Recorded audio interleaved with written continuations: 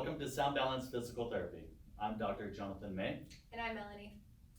We're creating a new series of videos which highlights the exercises in our home exercise program book.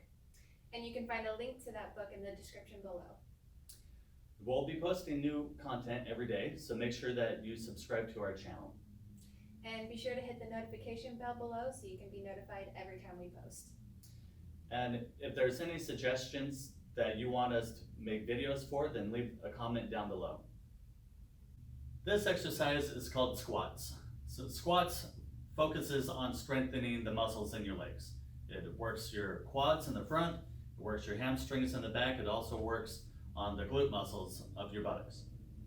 So this is done by, from standing, you want your feet about shoulder width apart, and then you're going to bring your arms out in front of you, and you want to push your hips backwards as you sit down and bend your knees. Good. So you want to have a 90-degree bend in your hips and in your knees. You want to make sure that your knees are staying behind your toes.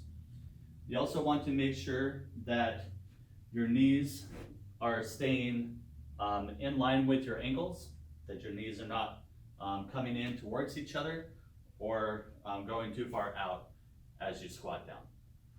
So you can make this more difficult by using resistant bands or tubing if you have that available. So this is done by standing on the band and just holding, creating tension in the tubing, and it creates more resistance as you do the squat. If you don't have this, you can use weights as you do the squat. Just creates more weight that you are squatting.